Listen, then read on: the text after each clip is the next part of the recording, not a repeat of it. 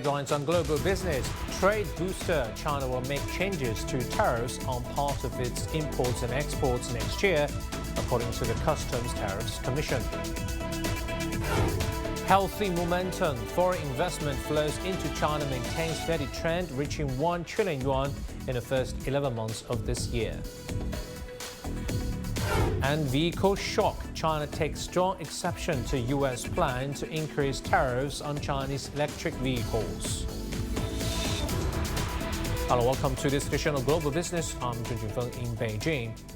China will make changes to tariffs on part of its imports and exports next year to better leverage domestic and international markets and resources, as well as maintain stability and efficiency in industrial and supply chains.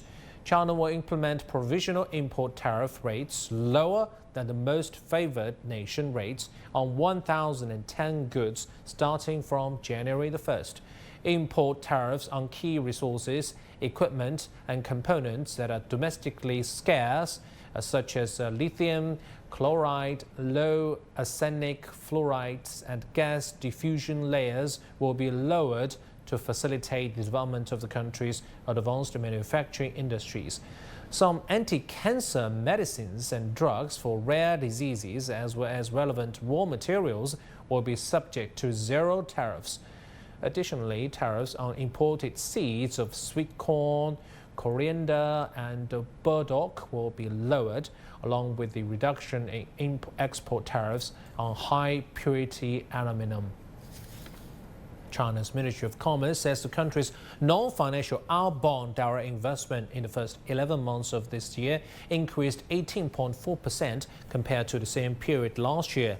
The amount exceeded 814 billion yuan, or about $116 billion. A quarter of the investment went to partner countries and regions of the Belt and Road Initiative, that's seen a year-on-year increase of 26.8%. During the same period, Chinese enterprise revenue from contracted BRI projects reached nearly 785 billion yuan, up 8.5% year-on-year. According to the Ministry of Commerce, China has experienced the constant influx of foreign investment throughout this year. From January to November, there was a significant increase in the number of newly established international enterprises in the country, with a growth rate of 36% compared to the previous year, amounting to over 48,000 enterprises. The actual utilization of foreign capital during the same period exceeded 1 trillion yuan, equivalent to approximately $145 billion. Notably, the proportion of attractive foreign investment from technical industries, accounting for over 37% of the total, amounting to $53 billion, representing a 1.1% growth compared to the previous year. Additionally, there was a significant surge in foreign investment from Western countries, with investment from Britain and France making up over 90% of the total. Foreign investors are bullish on China's high-end manufacturing sector this year. Our reporter Zhang Shixuan visited 2 manufacturing facilities in Shanghai to look at how their investment is being deployed. This 20-year-old plant manufactures the most modern automotive glazing, roughly 2 million sets a year.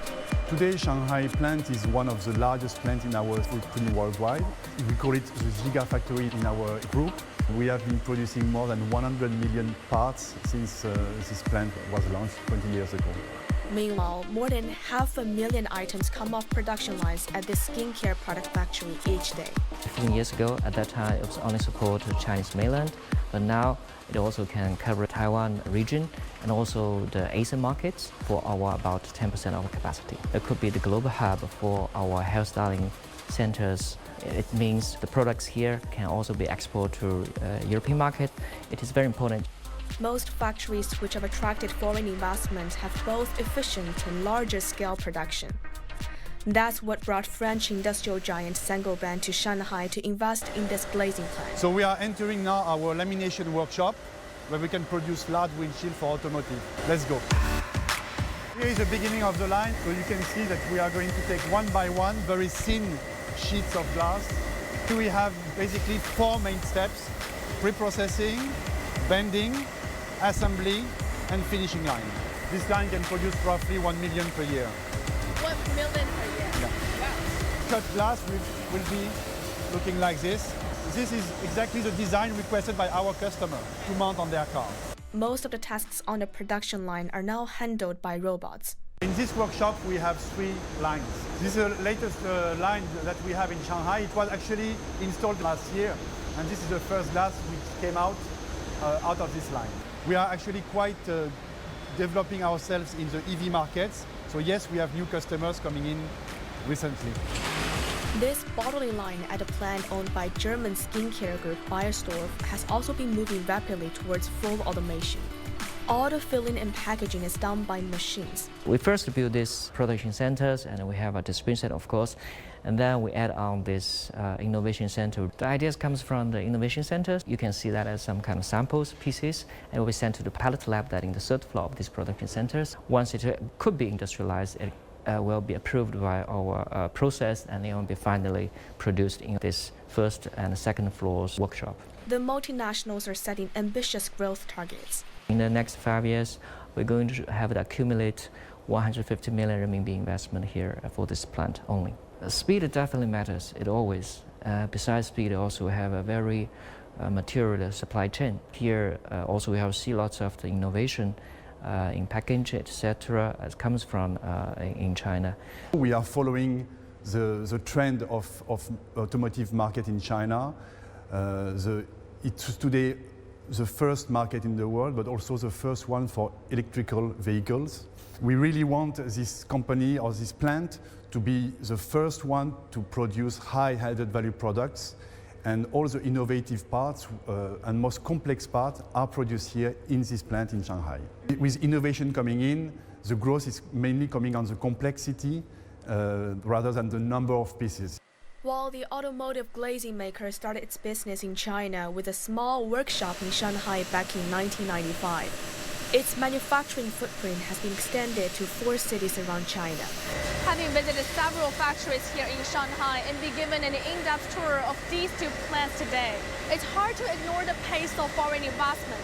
But it's not just about speed, it's also about tech innovations and industrial upgrades that lead to more sustainable growth. 张诗璇 ICS for CGTN, Shanghai.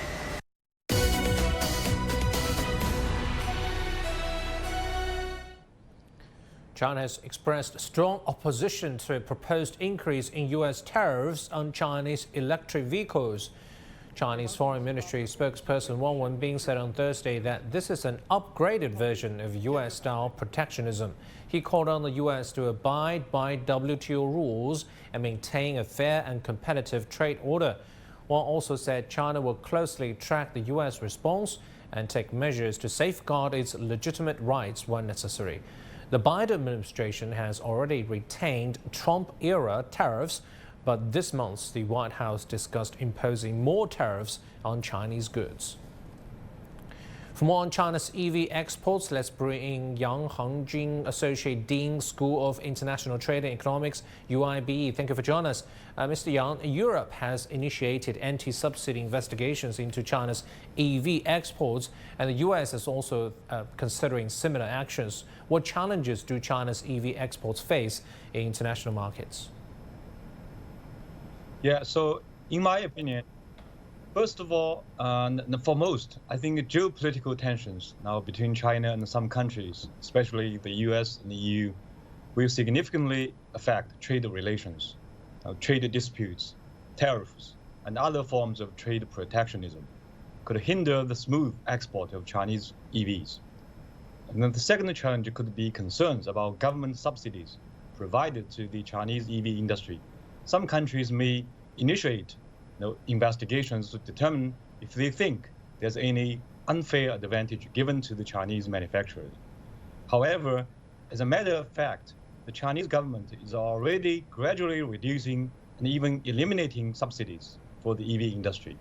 The third, some international markets may also have specific regulatory or market access barriers that Chinese EVs need to overcome.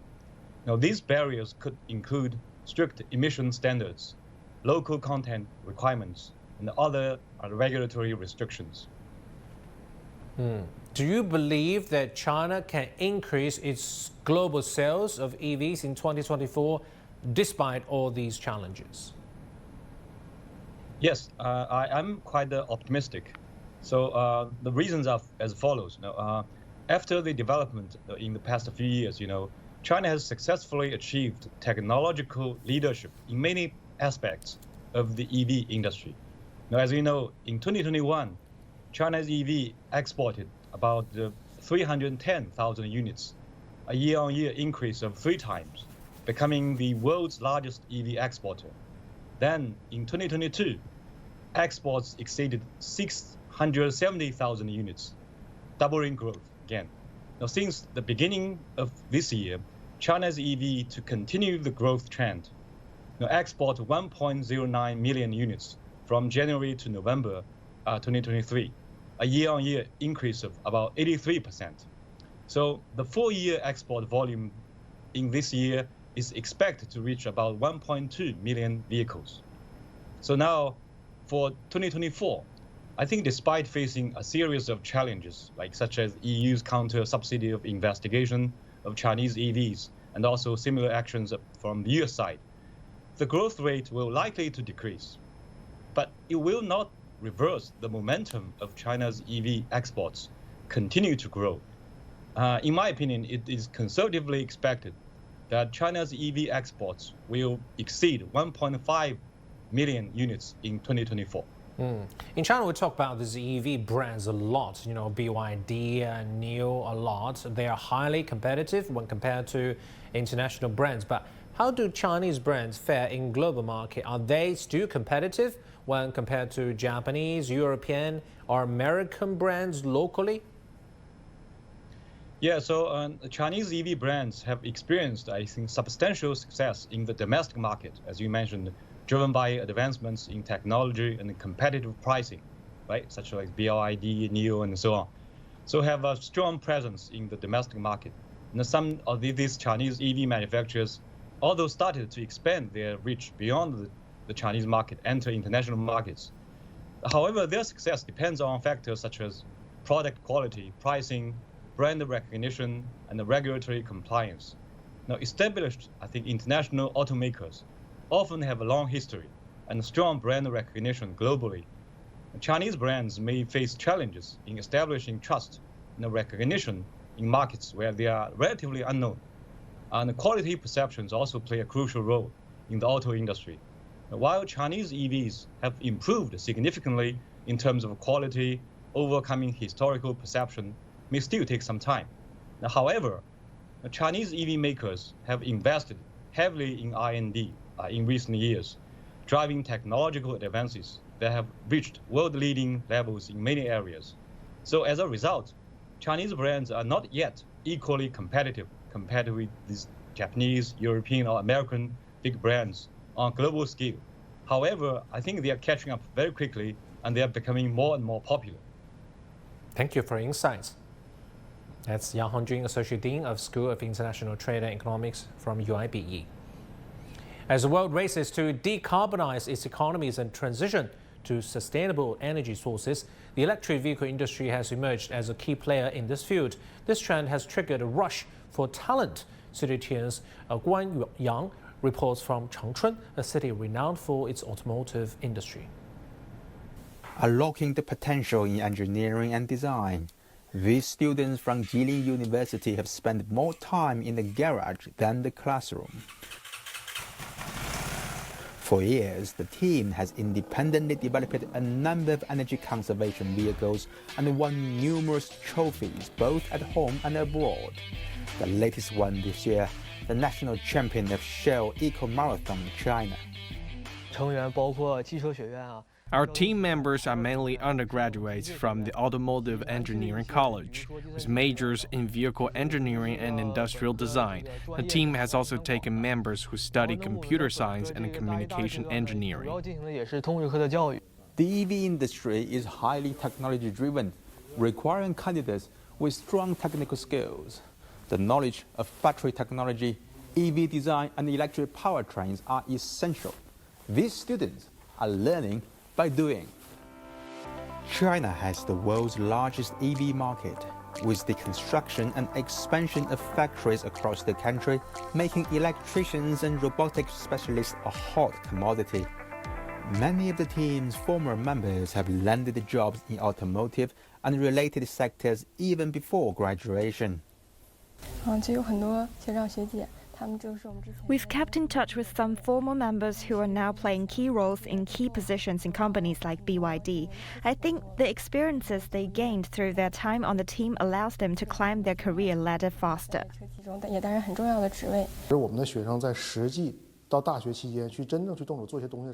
While participating in global events, we could identify our weakness compared to teams like those from Japan and the US, who have strong problem-solving skills. We must admit that many automotive students in China today don't have the practical skills for building a vehicle from scratch until they get to college or university.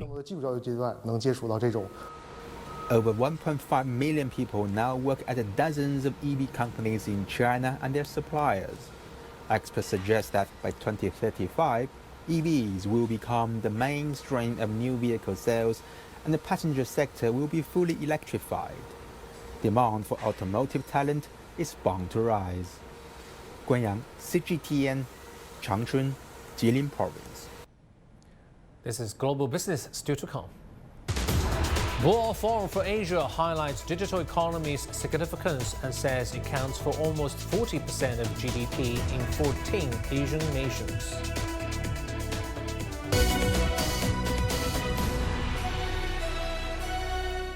The world economy as we know it is about to change.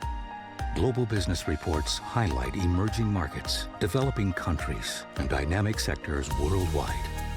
We feature top analysts and newsmakers to provide perspectives on every facet of business. From an on-the-ground perspective, we provide you with balanced and objective assessments. Fast, sharp, and insightful. Global Business. Only on CGTN.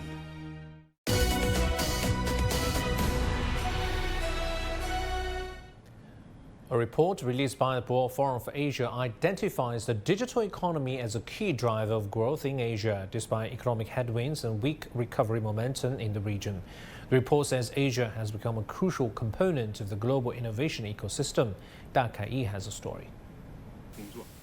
The Boao Forum report released on Thursday says Asian economies are fast-tracking the deployment and development of the digital economy in key areas.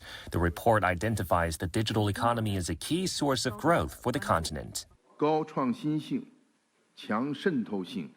In the current world economy, the digital economy is considered one of the most dynamic forms. It possesses characteristics such as high innovativeness, strong penetration, and broad coverage, making it a vital driver of economic growth in Asia and globally. Despite the overall weakness in global economic recovery, Asia remains a bright spot for global economic growth.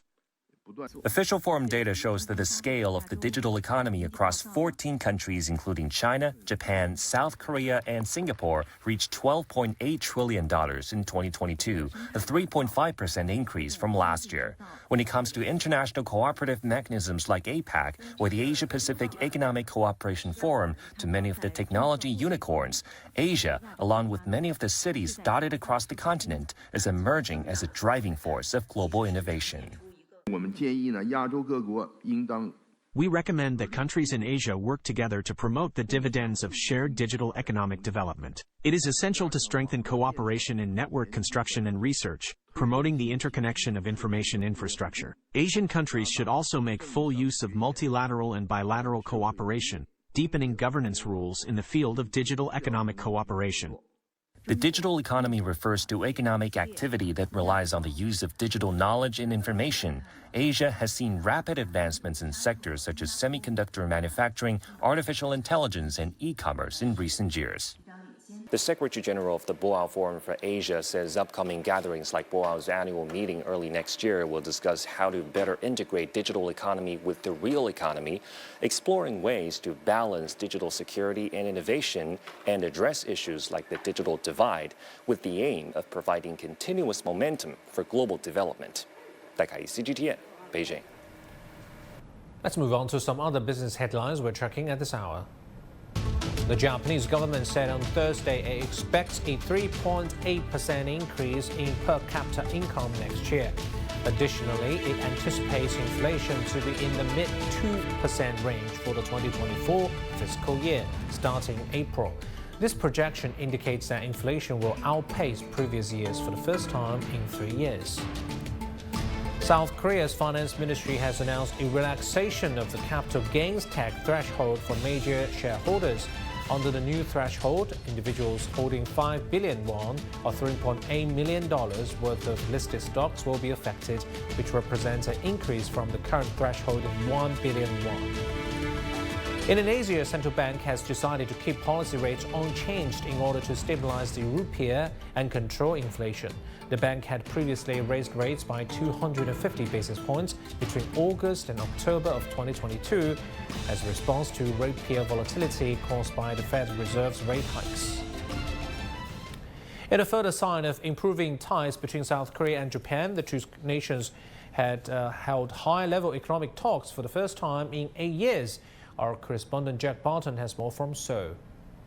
Talks on deepening economic cooperation between South Korea and Japan had been a regular event since the late 1990s until 2016, when a dispute over compensation for forced wartime labor during Japan's occupation of the Korean Peninsula led to a trade war between the two nations. After becoming president last year, Yoon Suk-yeol has made it a priority to get relations between Seoul and Tokyo back on track, a policy that has led to a series of meetings and agreements on security and Japan putting South Korea back on its list of favored trading partners. Despite the renewal of economic talks in Seoul between the deputy foreign ministers of both nations, disputes continue over a series of issues ranging from Seoul's decade-long ban on seafood from around the wrecked Fukushima nuclear power plant to joint claims over a disputed island and a recent Korean court ruling in favor of a group of women forced to work in Japanese wartime brothels. Despite these remaining challenges, both countries now appear to be trying to put wartime legacies on one track with security and economic cooperation on a separate, less bumpier track. Jack Barton, CGTN, Seoul. As the holiday season approaches, thousands of Indonesians are embarking on their holiday season. However, this year, their trips may be more convenient and faster than ever before, thanks to the introduction of Jakarta's first high-speed train, known as Whoosh. CGTN's Sulkina Ahluwalia explains the impact of this new train on local economies and explore the changes it's bringing to the country's travel landscape. For Hilmi, the end of the year is a time for family. Along with his wife and child, he's heading to Bandung to reunite with his parents. Hilmi is commuting on Whoosh, Indonesia's first high-speed train. For him, this is more than just a mode of transport. It's a bridge connecting him to his home, saving precious time and making the family reunion possible sooner. As a Bandung native, I prefer this shortcut travel. This is my first time riding the train, and so far it's been positive. I'm having a great experience. Just a few months into operation, officials say the surge in tourism has been impressive. Bandung has recorded a significant increase in visitors since the opening of this train, and many local destinations along the way are also reaping the benefits of this partnership. The high-speed train is now an important contributor to the local economy in Bandung and its neighboring areas. The numbers speak for themselves. From 2,000 passengers taking the train in October, it increased to a whopping 10,000 in November. This train will continue to foster new businesses and economic opportunities. The government should prioritize the smaller cities where the train stops. It is a great opportunity to develop their economies.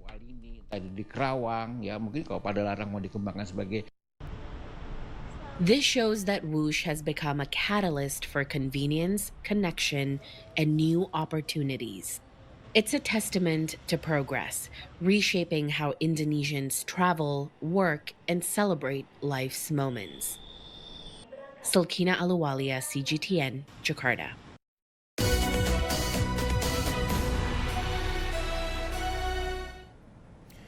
Also on holiday, the charm of ice and snow is a big draw for winter tourism. Scenic spots in the famous ice city Harbin are catching up with the trend of developing cultural products that can help boost business. Chen Wenfei has more from Harbin.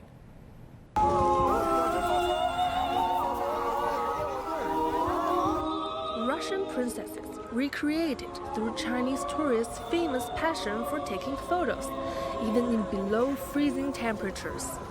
Welcome to Harbin. It's minus 20 degrees Celsius, and I cannot fathom what is motivating all these people to be out here tonight, but they're undeterred to enjoy the city. Harbin's most famous landmark, the St. Sophia Cathedral, built by Russian settlers more than a century ago, provides a beautiful motif for travel merchandise. I paid 18 kwai for this ice cream, which normally costs 5 kwai. Is it worth it? Well, if I can post on social media, then it is. However, not all consumers are willing to pay the premium. There's not much point. I'm buying it for its taste. They said they'd rather spend their budget on buying a magnet, which has doubled in sales at the city's central bookstore. Many readers follow what they see on the Xiaohongshu app to come here. Scenic spots are increasingly seeing the economic potential of merchandise development. Sales from cultural and creative products used to make up 3% of our total revenue. Now it's risen to 16%. So this year, we are definitely looking into developing our own original products. In a region struggling with stagnant growth, the cultural and creative industry is seen as a potential source of development. In fact, China places great importance on developing the cultural industry, and some southern regions have excelled, reaching a world-class level. So we aim to catch up with them and create our own unique brand infused with northeastern characteristics. I think this could be considered as a new field. The current trend for tourism is good. Everyone is traveling, so I feel like this is a better choice than other traditional industries. The coldest regions in China are anticipating a significant post-pandemic surge in visitors, with many coming from the south to experience extreme cold temperatures. 同学，你戴这个是为了保暖吗？对啊，这天气太冷了，主要是为了保暖用。